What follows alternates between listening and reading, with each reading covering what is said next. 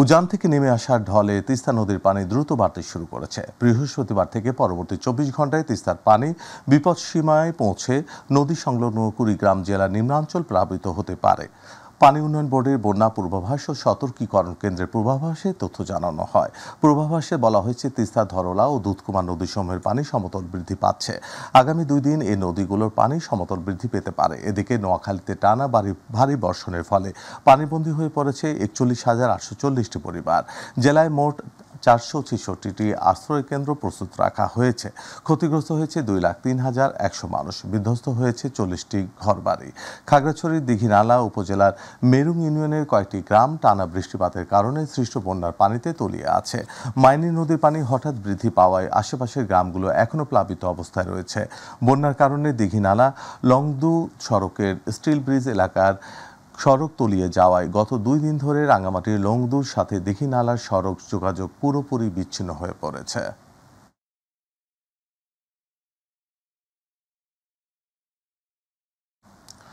উজান থেকে নেমে আসা পাহাড়ি ঢলে কয়েকদিন ধরে যমুনা নদীতে পানি বৃদ্ধি অব্যাহত থাকায় সিরাজগঞ্জের চৌহালি ও বেলকুচি উপজেলার নদ নদী সহ নিম্নাঞ্চলে প্লাবিত হয়েছে।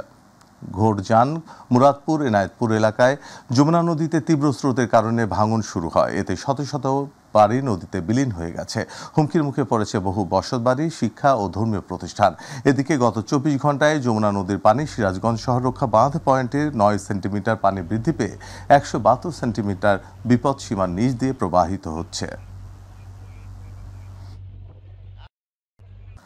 ঢাকা, খুলনা, বরিশাল, চট্টগ্রাম ও সিলেট বিভাগের কোথাও কোথাও মাঝারি ধরনের ভারী থেকে ভারী বর্ষণের আভাস দিয়েছে আবহাওয়া অধিদপ্তর। একই সাথে দেশজুড়ে তাপমাত্রা সামান্য বৃদ্ধি পাওয়ায় গরমের অনুভূতিও কিছুটা বাড়তে পারে বলে জানানো হয়েছে। শুক্রবার সকাল 9টা থেকে পরবর্তী 120 ঘন্টার আবহাওয়ার পূর্বাভাসে এসব তথ্য জানিয়েছে সংস্থাটি। পূর্বাভাসে বলা হয়েছে, আগামী 24 ঘন্টায় রাজশাহী, ঢাকা, খুলনা, বরিশাল, চট্টগ্রাম ও সিলেট বিভাগের কিছু কিছু জায়গায় এবং রংপুর ও ময়মনসিংহ বিভাগের 2-1 জায়গায় অস্থায়ীভাবে দমকা হাওয়া সহ হালকা থেকে মাঝারি ধরনের বৃষ্টি বা বজ্রসহ বৃষ্টি হতে পারে। শনিবার খুলনা, বরিশাল, চট্টগ্রাম ও সিলেট বিভাগে অনেক জায়গায় এবং রংপুর, রাজশাহী, ময়মনসিংহ ও ঢাকায় কিছু কিছু জায়গায় দমকা হাওয়া সহ বৃষ্টিপাত হতে পারে। কোথাও কোথাও ভারী বর্ষণের পূর্বাভাস রয়েছে। রোববার রংপুর, ময়মনসিংহ, চট্টগ্রাম ও সিলেট বিভাগের অধিকাংশ এলাকায় এবং রাজশাহী, ঢাকা, খুলনা ও বরিশাল বিভাগের অনেক জায়গায় বৃষ্টি হতে পারে। বাংলাদেশ যুক্তরাষ্ট্র শুল্ক আলোচনার দ্বিতীয় দিনে দুই দেশের মধ্যে বর্তমান ও ভবিষ্যৎ বাণিজ্যের গতি প্রকৃতি কেমন হবে সে বিষয়ে উপস্থাপন ও যুক্তিতর্ক হয়েছে। বেশ কিছু বিষয়ে দুই দেশ মোটামুটিভাবে একমত হয়েছে, কিছু বিষয় অমীমাংসিত রয়ে গেছে। অন্তর্বর্তী সরকারের প্রধান উপদেষ্টার ফেসবুকে এক পোস্টে এসব বিষয় জানানো হয়। গতকাল বৃহস্পতিবার দুই দেশের মধ্যে দ্বিতীয় দিনের আলোচনা শেষ হয়। আজ শুক্রবার ওয়াশিংটন সময় সকাল 9টার দিকে তৃতীয় দিনের আলোচনা শুরু হবে। ওই পোস্টে জানানো হয়, দ্বিতীয় দিনের আলোচনার একটি উল্লেখযোগ্য দিক হল বাণিজ্য উপদেষ্টা শেখ বশির উদ্দিন একান্তে ইউএস ট্রেড রিপ্রেজেন্টেটিভ অ্যাম্বাসেডর জেসিমন গ্রিয়ারের সঙ্গে বৈঠক করেছেন। তার সঙ্গে শুল্ক বিষয়ক আলোচনার পাশাপাশি দুই দেশের বাণিজ্য ও স্বার্থ সংশ্লিষ্ট বিষয় নিয়ে আন্তরিক পরিবেশে আলোচনা হয়েছে। আলোচনায় বাণিজ্য উপদেষ্টা বাংলাদেশের সার্বিক পরিস্থিতি তুলে ধরেছেন।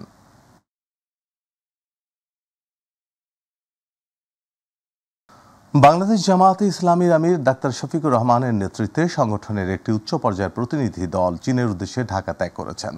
বৃহস্পতিবার রাতে চীন সরকারের আমন্ত্রণে দেশটির উদ্দেশ্যে ঢাকা ছাড়েন তারা। প্রতিনিধি দলকে বিদায় জানাতে হযরত শাহজালাল আন্তর্জাতিক বিমানবন্দরে উপস্থিত ছিলেন ঢাকায় চীনা রাষ্ট্রদূত ইয়াও ওয়েন।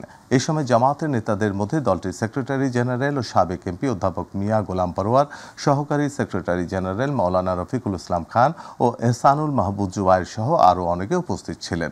15 জুলাই পর্যন্ত সফরকালে প্রতিনিধি দলটি চীন সরকারের বিভিন্ন উচ্চ পর্যায়ের ব্যক্তিত্ব ও প্রতিষ্ঠানের সঙ্গে মত বিনিময় করবে।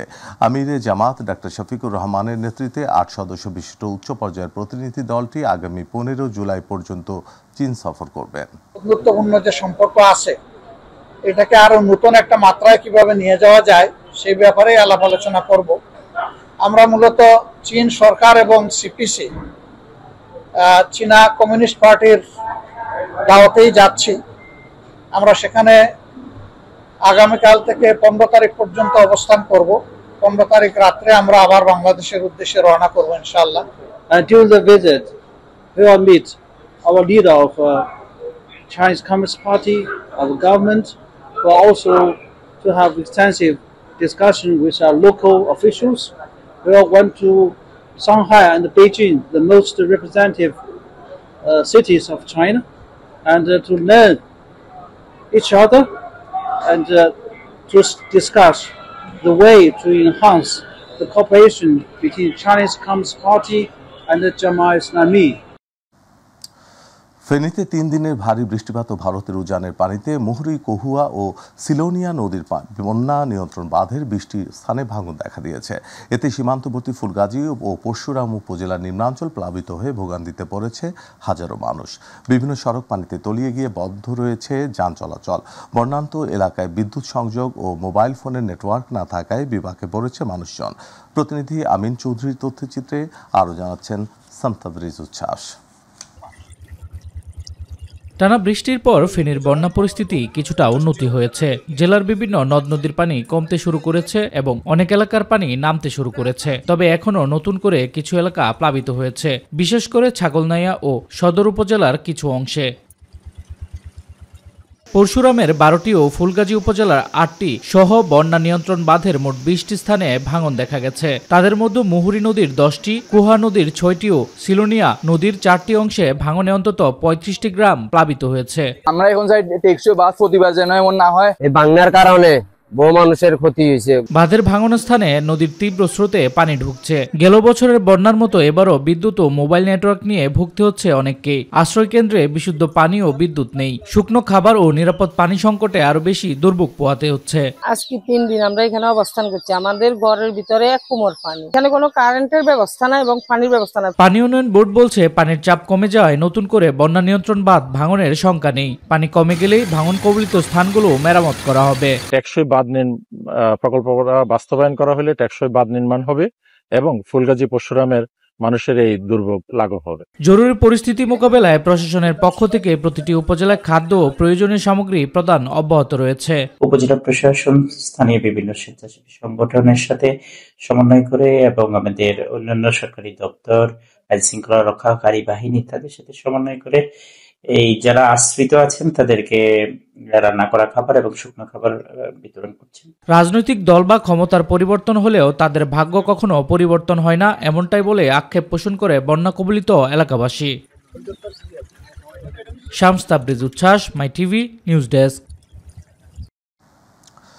দেশ ঘুরতে জুলাই পদযাত্রার অংশ হিসেবে দুপুরে যশোরের শহরের 4 খাম্বার মোড়ে অবস্থিত স্থানীয় একটি হোটেলের হলরুমে এনসিপির কেন্দ্রীয় নেতৃবৃন্দ জুলাই গণহত্যায় আহত ও নিহতদের পরিবারের সদস্যদের সাথে মত বিনিময় করেছেন। এই সময় জাতীয় নাগরিক পার্টি এনসিপির আহ্বায়ক নাহিদ ইসলাম, দক্ষিণাঞ্চলের মুখ্য সমন্বয়ক হাসনাত আব্দুল্লাহ, সামান্তা শারমিন সহ অন্যান্য নেতৃবৃন্দ উপস্থিত ছিলেন।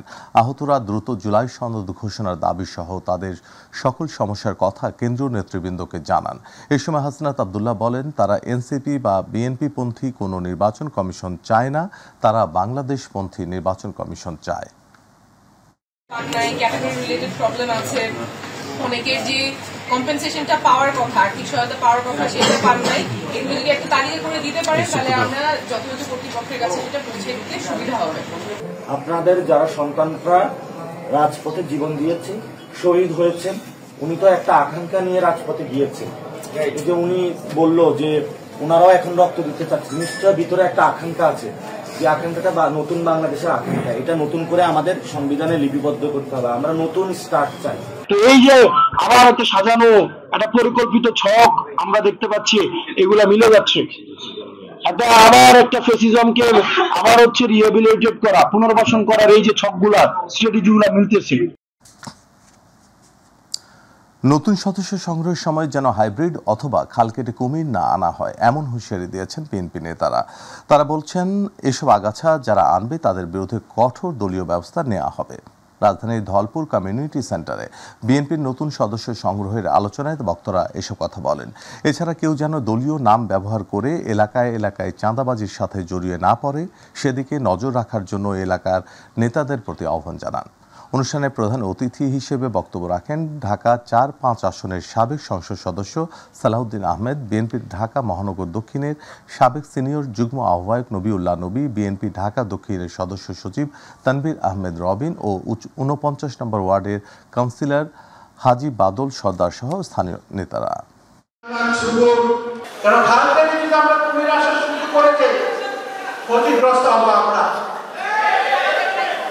আমরা অত্যন্ত গভীর শ্রদ্ধা জ্ঞাপন করি সেই মানুষগুলোর জন্য যারা এই আন্দোলনকে মূলত সফল করেছে। আমরা নেতা কর্মীরা কাছে বেশি কষ্ট করেছে দেশ নেত্রী বেগম খালেদা জিয়া এবং তারেক রহমান। রাজধানীর ধানমন্ডি থেকে জনতা ব্যাংকের সাবেক চেয়ারম্যান আবুল বারাকাতকে গ্রেফতার করেছে ডিবি পুলিশ। বৃহস্পতিবার দিবাগত রাত 11:30টার দিকে ধানমন্ডি থেকে তাকে গ্রেফতার করা হয়। বিষয়টি গণমাধ্যমকে নিশ্চিত করেছেন ডিএমপির যুগ্ম কমিশনার ডিবি দক্ষিণ মোহাম্মদ নাসিরুল ইসলাম। তিনি বলেন, দুদকের একটি মামলার পরিপ্রেক্ষিতে ঢাকা মহানগর গোয়েন্দা পুলিশের একটি দল তাকে গ্রেফতার করে, তাকে দুদকে সোপর্দ করা হবে। রাজধানীর সূত্রাপুরে কাগজিটোলা এলাকার একটি বাসায় গ্যাস লিকেজ থেকে বিস্ফোরণে মা, বাবা ও 1.5 বছরের একজন সহ 3 সন্তান দগ্ধ হয়েছেন। তাদেরকে জাতীয় বার্ন ও প্লাস্টিক সার্জারি ইনস্টিটিউটে ভর্তি করা হয়েছে। বৃহস্পতিবার দিবাগত রাত 1:30টার দিকে এ দুর্ঘটনা ঘটে। জানা গেছে, সূত্রাপুর কাগজিটোলা সাইদ চেয়ারম্যানের বাড়ির পাশের একটি 5তলা বাড়ির নিচতলায় ভাড়া থাকে ওই পরিবারটি। রাতে সবাই ঘুমিয়েছিলেন, এমন সময় হঠাৎ করে বাসায় বিস্ফোরণ ঘটে। এতে তারা আগুনে পড়ে যায়। ক্ষয়ক্ষতি হয়েছে বাড়িটির আসবাবপত্র। পরবর্তীতে আশপাশের ভাড়াটিয়ারা তাদেরকে উদ্ধার করে হাসপাতালে নিয়ে আসেন। ধারণা করা হচ্ছে বাসায় গ্যাস লিকেজের কারণে এ বিস্ফোরণ ঘটে থাকতে পারে। দগ্ধ সবার অবস্থায় আশঙ্কাজনক।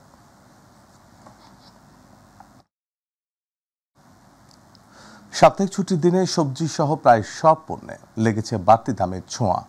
বেগুন, কাঁকরোল, চিচিঙ্গা, ঢেঁড়স, টমেটো, বরবটি, পটল ও শসার দাম ঊর্ধ্বমুখী। তবে বেশ কিছু নিত্য প্রয়োজনীয় পণ্যের দাম অপরিবর্তিতই রয়েছে। এদিকে মাছের বাজার চড়া থাকলেও গরু ও খাসির মাংসের দাম অপরিবর্তিত রয়েছে। অন্যদিকে ভরা মৌসুমেও চালের দামে কেজিতে বেড়েছে 4 থেকে 6 টাকা। বিস্তারিত শিমুল খানের রিপোর্টে। দেশের চালের বাজারে অস্থিরতা থামছেই না। ভরা মৌসুমে চালের দাম লাফিয়ে লাফিয়ে বেড়েছে বলে মন্তব্য ক্রেতাদের। মালিবাগ বাজারে এই চাল ব্যবসায়ীর দাবি, ভরা মৌসুমে এমন করে চালের দাম বাড়তে দেখেননি তিনি। ঈদের পরে থেকে এভারেজ মনে হয় 7-8 টাকা কেজি দিতে পারছে। এটা আমার ব্যবসার লাইভে 30 বছর লাইভে আমি বুঝাইতে পারতেছি না।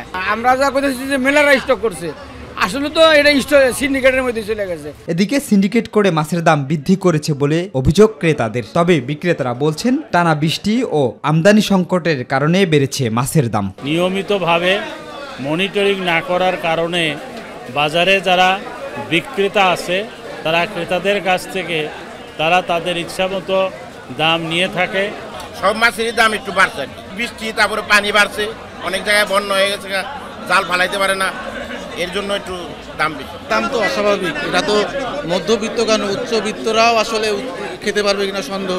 মুদিপণ্য, আদা, রসুন, পেঁয়াজ, তেল, ডালের দাম অপরিবর্তিত।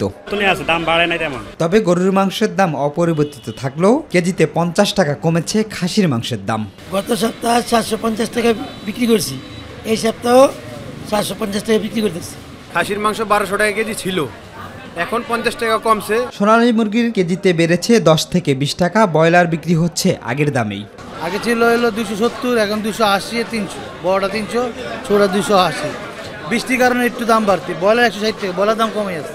সাধারণ মানুষ বলছে, সরকারের সঠিক বাজার মনিটরিং না থাকায় কাঁচামরিচ সহ বেড়েছে অন্যান্য সবজির দাম। দাম বাড়ছে কাঁচামরিচ, দাম বাড়ছে হালকা, বাড়ছে লেবু, দাম বাড়ছে শসা। শিমুল খান, মাই টিভি, ঢাকা। ভরা মৌসুমে ভোলায় মেঘনা ও তেঁতুলিয়া নদীতে ইলিশের হাহাকার। দিনভর জাল ফেলেও লাভ হচ্ছে না। কখনো দিনের পর দিন অপেক্ষাতেও পাওয়া যাচ্ছে না ইলিশ। নদীতে ইলিশ না পাওয়ায় হতাশ জেলে ও মাছের আড়তদাররা। যদিও সামনের দিনগুলোতে ইলিশের পরিমাণ বাড়বে বলে প্রত্যাশা মৎস্য কর্মকর্তার। প্রতিনিধি আরিফ হোসেন লিটনের তথ্যচিত্রে আরও জানাচ্ছেন শামস উচ্ছ্বাস। আগামী 4 মাস ইলিশের ভরা মৌসুম হলেও এবার ভোলার মেঘনা ও তেঁতুলিয়ায় জেলেদের জালে কাঙ্ক্ষিত ইলিশের দেখা মিলছে না। তাই হতাশ জেলেরা। ইলিশের পাশাপাশি অন্যান্য মাছের দেখাও তেমন একটা নেই। যা 2-4টি ইলিশ ও অন্যান্য মাছ মিলছে তা বিক্রি করে কোনো রকমে চলছে জেলেদের সংসার। এনজিওর কিস্তি দিতেও হিমশিম অবস্থা তাদের। 2 লাখ 3 লাখ করে দেয় না, অনেক সাবার সব মানুষ না খেয়ে মরতে আছে। 3টা 4টা খাওয়া দেওয়ার পরে 2টা ঝাটকি মাছ পাই, যাও ঘাটে আই দাম দম পাই না।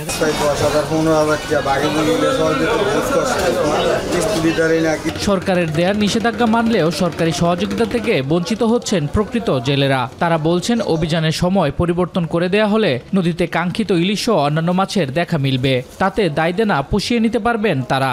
এখন তো ইলিশ পড়েই না, একেবারেই পড়ে না। এই পর্যন্ত এই কটা মাছই পেয়েছি, মানে মাছ খুবই কম নদীতে। ইলিশের দেখা না পাওয়ায় শুধু জেলেরা নয়, লোকসানের মুখে পড়েছেন ব্যবসায়ীরাও। পুরনো দাদন ফেরতের পরিবর্তে নতুন করে পুঁজি হারানোর শঙ্কার কথা জানায় আড়তদাররা। আমরা যে মনে করেন লক্ষ লক্ষ টাকা দাদন দিছি, কিন্তু আমাদের ঘর গতি খুলে আমরা বয়ে রয়েছি, আমরা কিন্তু অনেক হতাশা। 2-1টা পায়, তাও দাম অনেক বেশি, আমরা কিনতে পারি না। গুড়াগাড়া হারসা কুসা মাছ টাছ কিনা বেশি, তাও অনেক সময় লাভবান হতে পারি না। মৎস্য বিভাগ বলছে বৃষ্টিপাত কম ও নদীর গভীরতা কমে যাওয়া একটি বড় কারণ। তবে পূর্ণিমার ঘুম থেকে ইলিশ ধরা পড়বে জেলেদের জালে। বৃষ্টিপাত কম আছে, মেঘলা আছে আকাশ, বৃষ্টি হচ্ছে, তো এই পূর্ণিমার ঘুম থেকে হয়তো আমাদের জেলেদের জালে ইলিশ ধরা পড়বে, সেই আশা আমরা রাখছি। 2023-24 অর্থ বছরে দেশে ইলিশ আহরণ করা হয়েছিল 5,29,000 মেট্রিক টন। শামস তাবরিজ উচ্ছ্বাস, মাই টিভি নিউজ ডেস্ক। মানিকগঞ্জে জেলখানার বন্দীদের স্বাভাবিক জীবনে ফিরিয়ে আনতে জেল কর্তৃপক্ষ নিয়েছে আত্মশুদ্ধি ও প্রশিক্ষণের সিদ্ধান্ত। প্রশিক্ষণ শেষে জেলে বসেই নারী বন্দীরা সুই সুতায় ফুটিয়ে তুলছেন, কারুকাজ তৈরি করছেন নকশি কাঁথা, আর পুরুষ বন্দীরা পাট দিয়ে ব্যাগসহ গৃহস্থালির কাজে ব্যবহৃত প্রয়োজনীয় নানা দৃষ্টিনন্দন পণ্য তৈরি করছেন, যার মাধ্যমে যেমন কাটছে সময় তেমনি হচ্ছে উপার্জন। আর শারীরিক ও মানসিক সুস্থতায় খেলাধুলায়ও পারদর্শী হয়ে উঠছেন বন্দীরা। প্রতিনিধি আজিজুল হাকিমের রিপোর্ট, জানাচ্ছেন মিফতাক আলী। জেল জীবন মানে চরম হতাশা, অলস সময় পার করা, এমন ধারণা থেকে বের হয়ে বন্দীদের আত্মশুদ্ধি, প্রশিক্ষণ সহ নানা কাজে উৎসাহ প্রদান করে অনন্য উদাহরণ তৈরি করেছে মানিকগঞ্জ কারাগার কর্তৃপক্ষ। প্রশিক্ষণ ছাড়াও রয়েছে মানসিক সুস্থতা বিকাশে খেলাধুলা, গান বাজনা ও লাইব্রেরিতে বই পড়ার সুযোগ। কয়েদিরা তৈরি করছে ব্যাগ, নকশিকাঁথা সহ দৃষ্টিনন্দন সব পণ্য। কারাগারের ভিতরে হাতের কাজ শেখার সুযোগ পাওয়ায় খুশি বন্দি কয়েদিরা। সময় পাস হয় না, তুই জায়গায় কাজটা যদি করতে পারি তাহলে তো আমার সময়টা পাস হয়ে যায়, বাড়ির টেনশন আসে না, তারপর মনটাও ভালো থাকে। ইচ্ছা আছে যে বাড়িতে যাই একটা কাঁথারি করবো, মানে কাঁথা সেলাইবো। ভালো লাগে, এই কাজ করতে সময় যায়, এই কাজটা করলে আমাদের ভালো লাগে, আমাদের সময় করতে। আমি যখন এখান থেকে রিলিজ হয়ে বাইরে যাব তখন এই কাজগুলো করার ইচ্ছা আছে। উৎপাদিত পণ্য বিক্রি হয়ে লভ্যাংশ জমা হচ্ছে বন্দীদের নামে। মুক্তির পর পুঁজি হিসেবে এই অর্থ দিয়ে কর্মসংস্থান তৈরি করে তারা ফিরবে স্বাভাবিক জীবনে। কারাগারকে সংশোধনাগারে পরিণত করে বন্দীদের স্বাভাবিক জীবনে ফিরিয়ে আনতে সার্বিক সহযোগিতার আশ্বাস দিয়েছেন জেলা প্রশাসক। সাজা প্রাপ্তি শেষ হওয়ার পরে সমাজে গিয়ে ভালো মানুষ হিসেবে জীবনযাপন করতে পারে সেই ধরনের কিছু কার্যক্রম হাতে নিয়েছি। আমাদের কার্যক্রমগুলোর মধ্যে অন্যতম হচ্ছে কম্পিউটার প্রশিক্ষণ, কাঠের কাজের প্রশিক্ষণ এবং মহিলা কয়েদিদের জন্য নকশিকাঁথা এবং অন্যান্য সেলাইয়ের প্রশিক্ষণ প্রদান করা। অপরাধী নয়, বরং অপরাধকে ঘৃণা করতে হবে, এমন স্লোগানকে সামনে রেখে সরকারের এমন উদ্যোগে কারাগারের ভিতরে বন্দী কয়েদিরা মুক্ত জীবনে ফিরবে বলে প্রত্যাশা কর্তৃপক্ষের। মিফতাক আলী, মাই টিভি।